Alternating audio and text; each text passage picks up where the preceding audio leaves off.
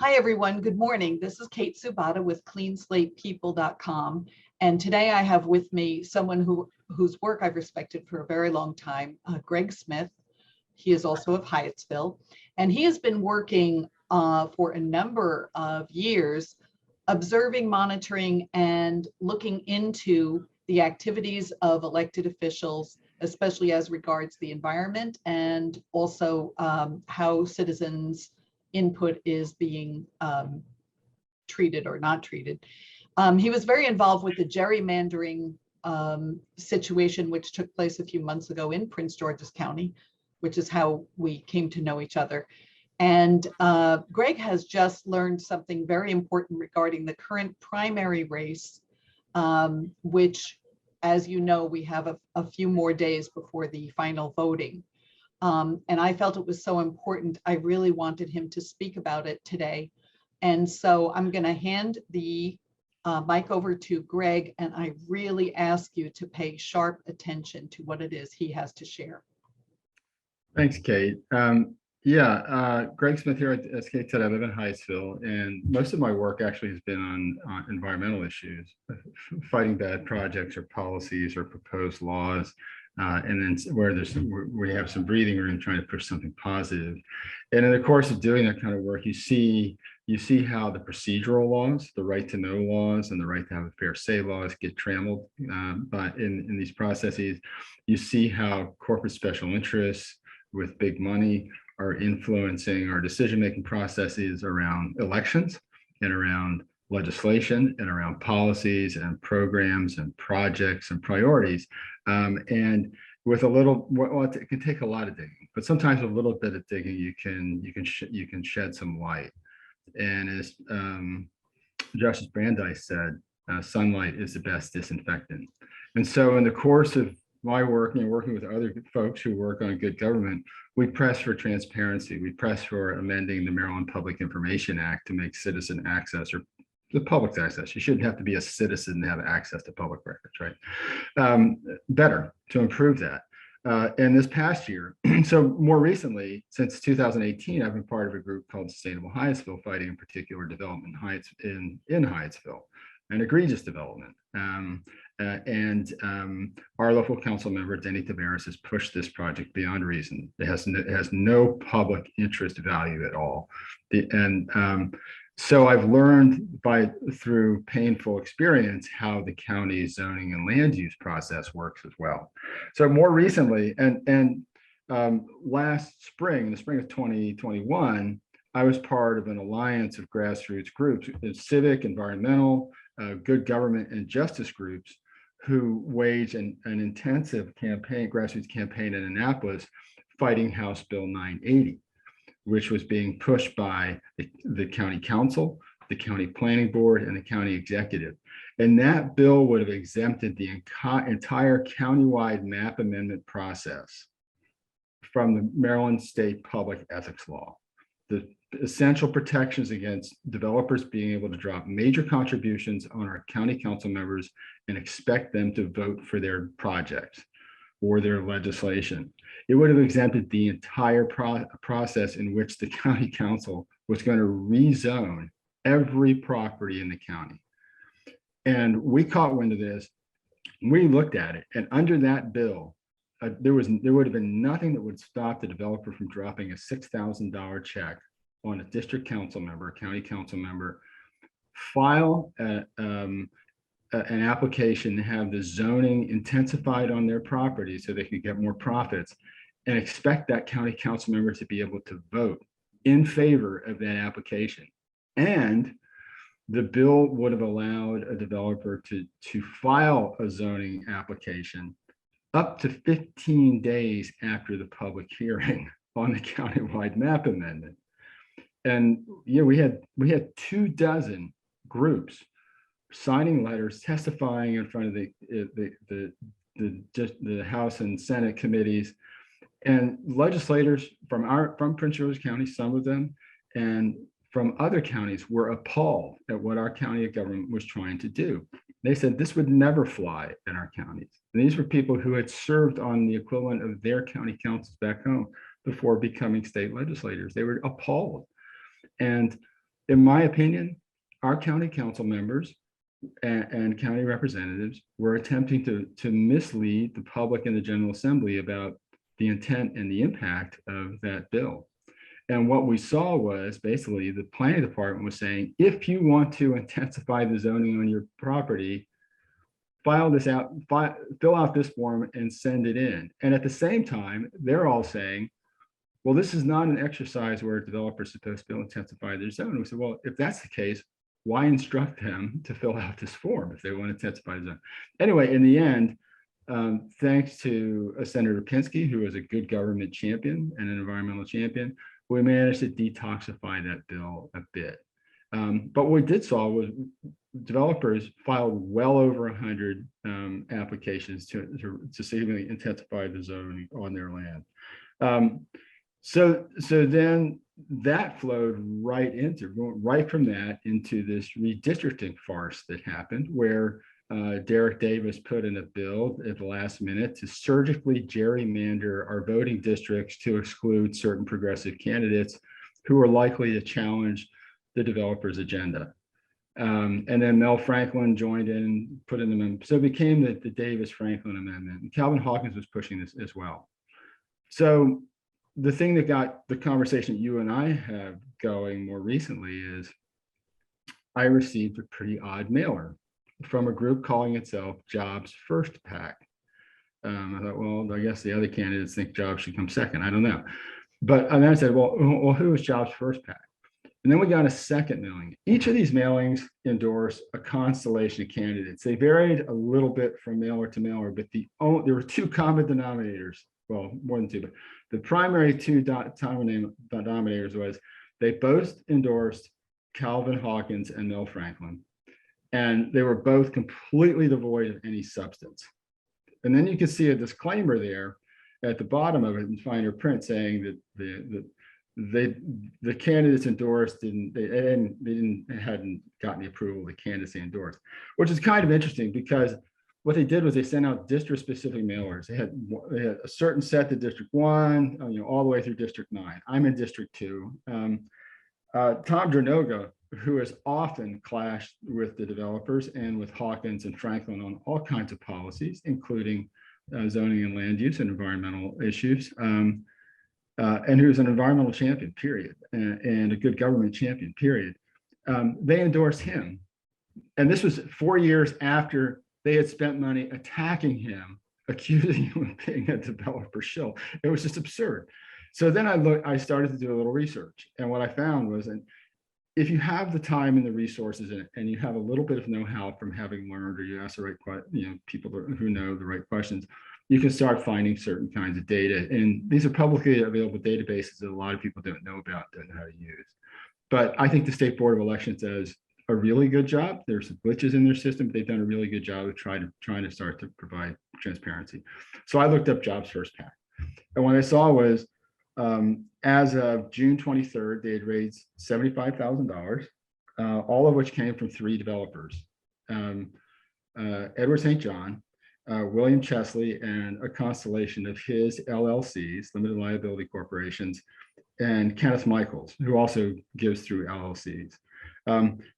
Giving through LLCs is a great way to to hide to some extent who's behind the project. And what you see in Prince George's County and other jurisdictions is a major developer or corporation will set up property-specific LLCs. And then to figure out who's behind the zoning application or whatever land use application it is, you have to go then to the State Department of Assessments and Taxation database, and you can find some information there, and then you have to do some more digging. So I looked at these LLCs and these LLPs, and they all tracked back to Michaels and Chesley. And then Edward St. John, I think, just gave a personal check.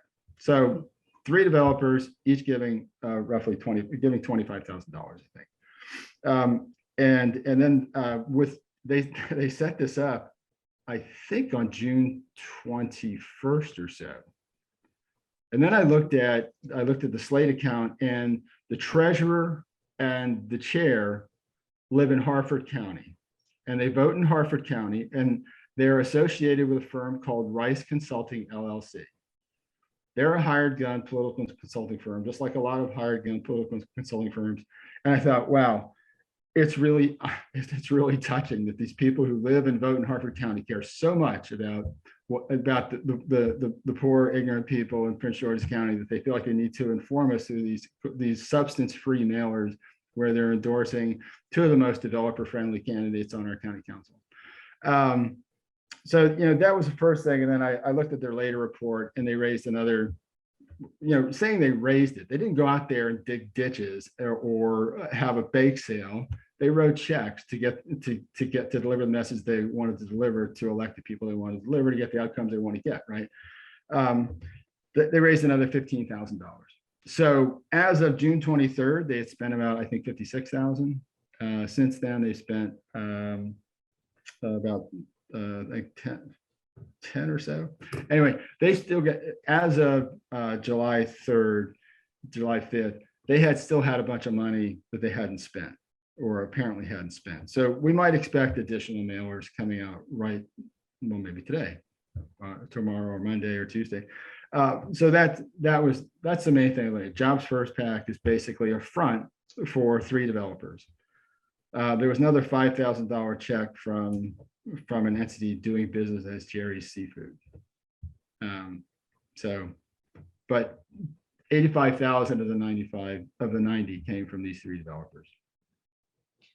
So just to summarize what you've just said, what we're looking at is developers who have a long record of requesting favorable decisions from the county council, and specifically from the various people who engineered the gerrymander or the gerrymander attempt, now seeking to influence voters with a false flag of, suggesting various candidates, but the 2 candidates that are in common in every single mailer across the county are the 2 at-large council persons who have proven themselves to be highly amenable to emoluments from developers to look the other way on bad development. Am I right? I'm not going to get into the emoluments clause of the Constitution or use that word, but there's something that smells bad here. That's one thing. And the other thing is, this isn't the only case. I'm sure this isn't the only case. I've done this long enough to know that this is just one of many examples we could dig up.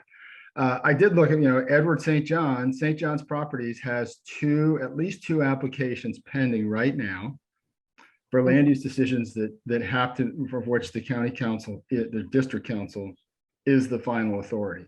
The district council is our county council wearing its land use and zoning hat. These are called detailed site plans.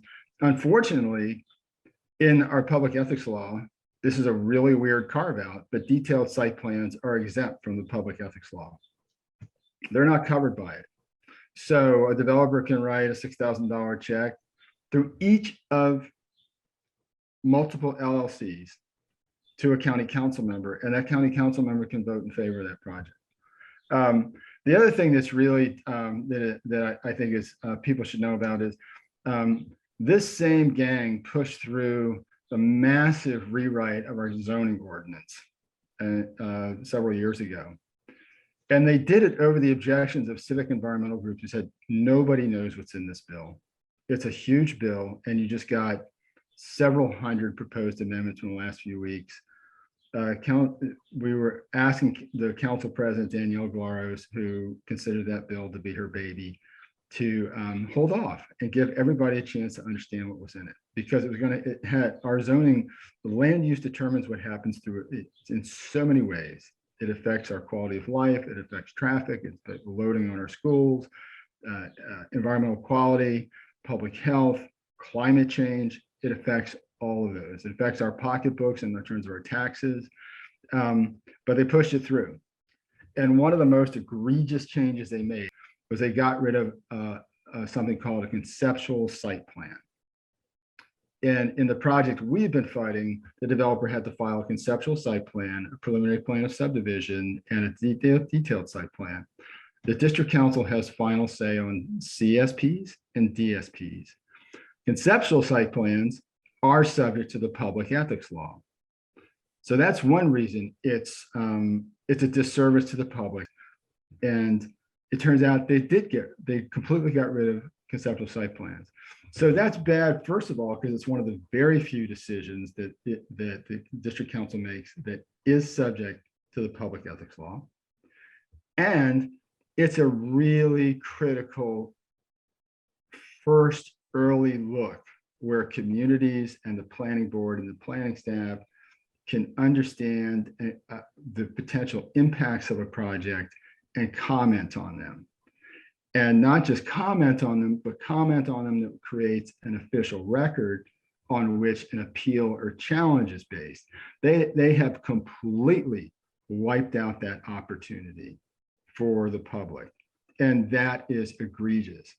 And in my work, I've worked to defend the National Environmental Policy Act and other laws, because one of the most essential things about the National Environmental Policy Act and counterpart laws is that right for citizens or people who could be affected by, harmed by a decision, to have an informed say, to try to get a better decision out of their agencies. And if they get a bad decision out of the agencies, to have a record on which to challenge the agency's bad decision. And our county council voted to wipe out that critical opportunity for counties across the state. Now, for communities across the county. And I can tell you how important it is. We just got the Court of Special Appeals in February of this year, just reversed, after 3 years of litigation for us, just reversed the district council's first approval of this project, just reversed their conceptual site plan approval. And one of the partner groups that we worked with in fighting House Bill 980 and the redistricting and calling for a fair process in the zoning map amendment, countywide map amendment, concerned citizens of District 4 just won a major battle in court. I think it was a Court of Special Appeals, reversing the county council's approval of what's called a zoning text amendment. And the developers and county council members use zoning text amendments to basically rewrite the definition of a zone in a way that most people aren't even aware of.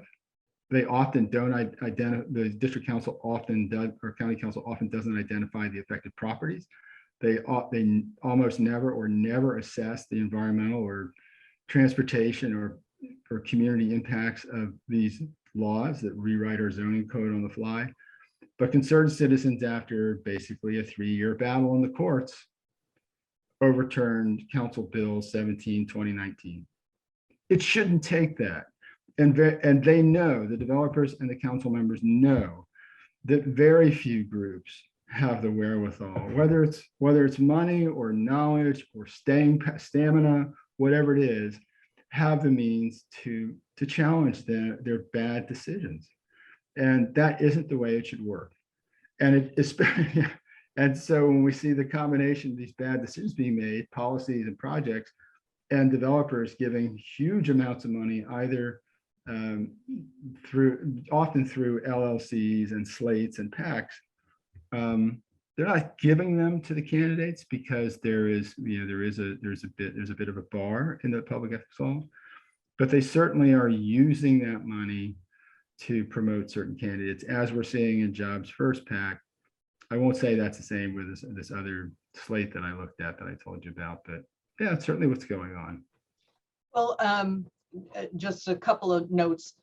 In contrast to that, if a regular homeowner goes before the council sitting as the zoning board to make a slight change on their property, put up a shed, install a patio, put a roof over their side porch, something like that, they have to create a detailed site plan. They have to go through all kinds of effort. They have to show why there's an erosion issue or an issue having to do with handicap access or all of this kind of thing. In other words, what you're describing is a sort of open gate for developers that the regular citizen is not getting. But in our case, our case is not unique. It Mhm. might be unusual, but in our case, the district council, even when it got to the detailed site plan phase, they ignored not only the law, the zoning ordinance, Mhm. they ignored their own, the conditions that they had written into the conceptual site plan. Oh my gosh. One of those conditions was that the developer had at the DSP stage, the developer had to show proof that they had all the required floodplain approvals. We kept saying it's insane to build in the floodplain. It's insane. It was insane before. It's especially insane given what global warming is bringing to us day after day. But the county council ignored it. And the way this process works, and it's one of the best known secrets out there if you engage this process, is even though the district council is supposed to convene as a quote quasi judicial body, if the local council member wants the project, they almost all vote for the project, almost every time. Yes. No questions. Yes. And our council member, Denny Tavares, has shown complete contempt for our community. She's ignored the city of Hyattsville's policy-based opposition to this project. She has shown a tremendous either ignorance of or disregard for the facts and the law. I'll say that's my opinion. But when we have written into our appeal to the council the essential points of the law that apply and done the density calculations for the county council, the district council, and she says, oh, this is all highly mathematical. Can I get some advice here? And the deputy general counsel for the planning board gives a multi-minute explanation based on the wrong section of the zoning ordinance that applies to commercial and industrial developments. And we're talking about a residential development, and then says, there, does that help? And Councilmember Tavares says, oh, yes, thank you very much. And then after a long pause, Councilmember Denoga points out that the deputy general counsel had quoted from the wrong section of the code, and there's no correction made. They do all this during a time where we cannot respond. That's really troubling. And in fact, the developer did not have the floodplain approvals. We nailed them in May of last year when we went to the Maryland Department of Environment and said, these guys are operating on the site, as far as we can tell, without a stormwater permit and without a floodplain and wetland permit. And MDE confirmed that. Yeah, I don't know. And I don't want to get into the specifics of any council member's ability to do math. I suspect that council member Tavares could easily do that math. She just was inclined in our case to push this project, no matter how illegal or how much it conflicted with the public interest. That was it. She didn't care to hear from us. She didn't care to look at the facts and law. Like I said, in our very simple appeal to the council, we laid out the points in the zoning ordinance point by point, and we did the math on the calculation. Look, if you apply the law properly, here's what you get. Here's the density you get. It radically exceeds the density allowed by the zoning ordinance, or even that the council had approved illegally in the conceptual site plan. And anything in the surrounding R55 community, it just radically exceeds that. So it's in violation of the law. I mean, and then we, in our oral testimony or arguments, we did the exact same thing. Here are the, we're lay people, here are the points of the law. It's not, you don't need a law degree to understand this language, and you don't need a degree in higher mathematics to do these calculations. In the end, we were basically dividing a 2-digit number by a single-digit number to come up with a density. And they either wanted to follow the law or they didn't. They didn't want to follow the law.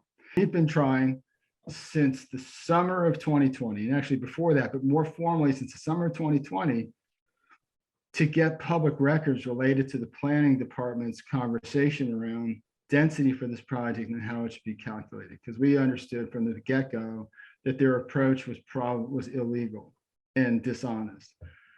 We've gotten a single record, one record from them in all that time. And that record showed the developer suggesting the senior planning staff, look, here's how to make the density look like it's less than 9. Basically, ignore the zoning ordinance. In the zoning ordinance, you cannot count any land that's in the floodplain when you're in your density calculation because it shouldn't be developed. You can't count streets and roads. And he said, well, here's how to do it. And that's exactly what they did all the way through. And Oh that's my the gosh. point. That's the point on which the court reversed, Oh, right? boy. Yeah. So we were back, before the district council Tuesday of this week. And they allowed the planning board's attorney and their planning staff to speak to them, but not us. And this was to deal with the remanded court case, but we had no opportunity to comment. So they used public resources to deny the public access to public records about public decisions that have an impact on the public. As those public records belong to the public. Yes. The custodian is the caretaker of the record, not the personal owner of the record. That's right. But you would think, we filed a request with DPI, Department of Permitting, Inspection, and Enforcement, around a violation on this site in August and September of 2020. We still have not received a single record. Anyway, we'll circle back on this, but thank you especially for this information. And I want to underline to voters again, look at the materials that are coming to you in the mail, these direct mailers, see who's behind it, and then look up who are the people who are funding it. Because just saying that they're for jobs first, or saying that they're for democracy or something like that, does not mean that's what their real agenda is. I know this is a labor of love for you. And thanks for helping to get this information out to the public. I hope a lot of people see it.